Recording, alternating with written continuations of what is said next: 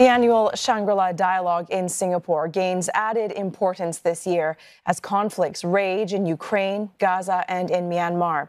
Defense chiefs from around the world are set to meet this week to discuss security concerns and hopefully prevent tensions from escalating further. The war in Gaza in particular is likely to take prominence, given this year's dialogue is the first since the conflict erupted last October. How have the wars altered global geopolitics and the calculus of power among key players? And perhaps, more importantly for Asia, in what way have the conflicts impacted how governments, regional organizations such as ASEAN, and indeed the people of the region react and perceive the issues at hand? How divisive have they been, and how best can these rifts be managed? Well, for more, let's speak now with Dr. Lina Alexandra, Head, Department of International Relations at the Center for Strategic and International Studies, and our Indonesia correspondent, Chani Vadvani, as well as ASEAN correspondent, Leong Wai Kit, join us for this discussion as well. Good morning to you all. Chani, I want to start with you.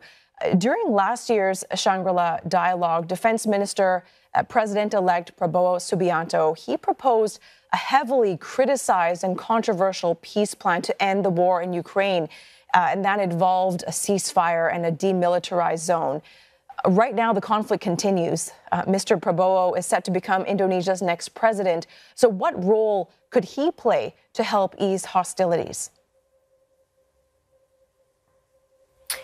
Well, Teresa, historically, Prabowo has had good relations with Russia, and in his capacity as defense minister as well, I believe it was at his foreign policy speech last year at CSIS that he called Russia a friendly country and an important great power. Now, Indonesia has an active Indonesia-Russia strategic dialogue, especially through ASEAN mechanisms as well, and we've had military exercises with Russia. There's also infrastructure projects between the two countries, free trade negotiations, purchase of defense equipment. Two Russian companies have previously sent investment letters of intent to the Nusantara IKN Authority agency as well. So the list goes on there. And then we have Ukraine. Now, Indonesia and Ukraine have had ties for 30 years. And more importantly, Ukraine is a top source for Indonesia's wheat imports. Now, after that peace proposal, Mr. Prabowo met with the Ukrainian ambassador to Indonesia and clarified what he meant by that proposal. And the ambassador said that he was satisfied with that clarification. And the two also discussed other issues at hand. And so from this discussion, we know that the two could potentially be open to productive cooperation in the future. And this means that Mr. Prabowo could again potentially develop Indonesia's leadership values as a middle power between the two, Russia and Ukraine.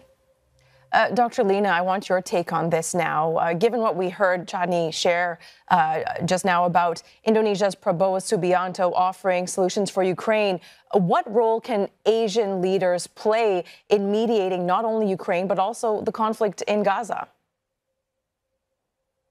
Well, I think, to be frank, I think it's quite limited. I have to admittedly, frankly speaking on this, because as you're probably aware, of course, all the ASEAN countries have issued statements to condemn the violence that is happening, the humanitarian crisis, the civilian casualties that being caused by the war itself. So definitely, I think in terms of statements, I think everybody, I think clearly they wouldn't want the war to continue.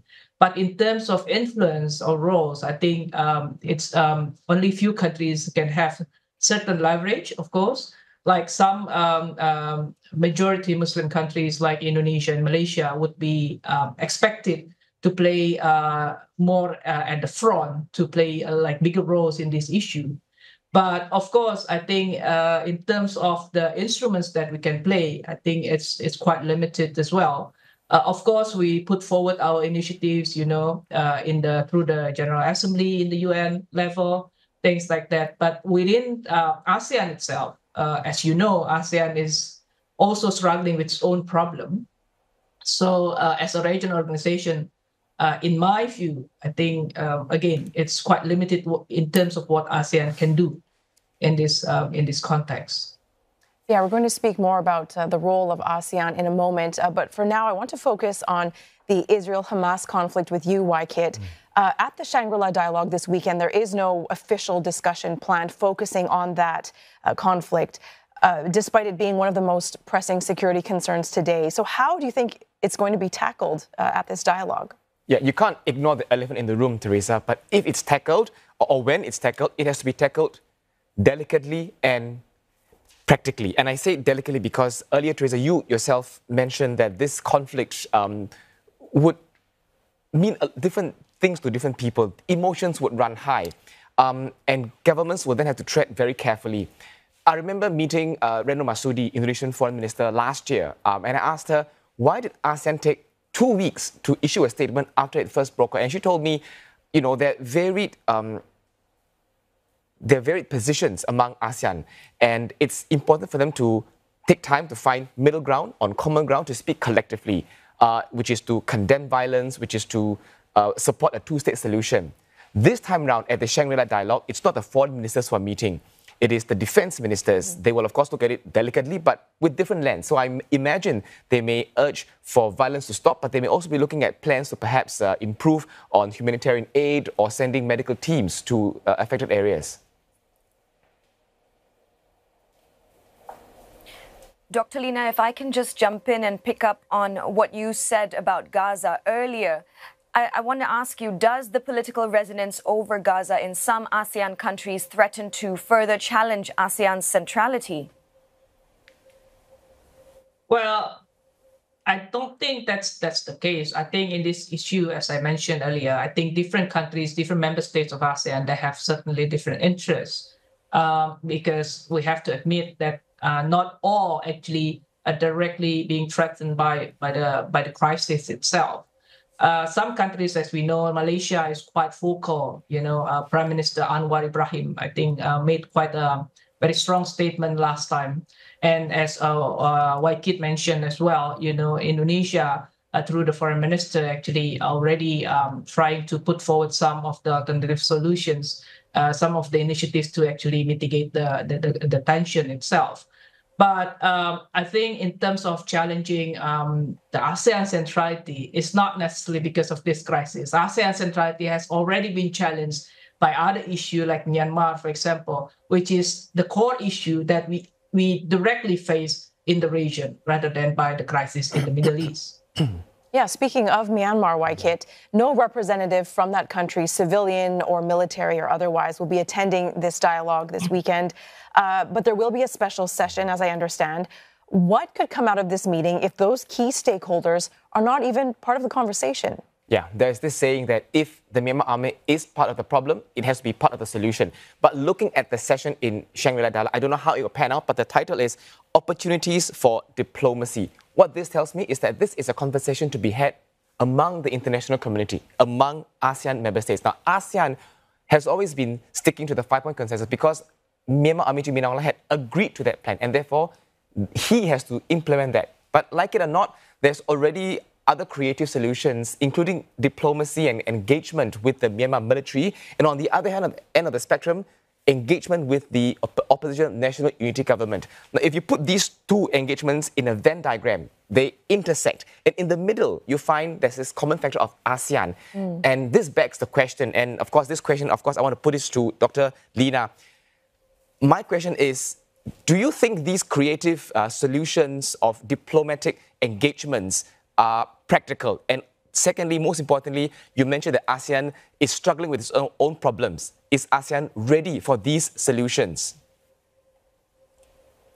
Well, I think in terms of the approach of doing the engagement with all stakeholders that Indonesia has undertaken during its chairmanship, I think it's something practical, of course. It's something that needs to be done, and it is in accordance to the mandates that is mentioned under the 5-point consensus.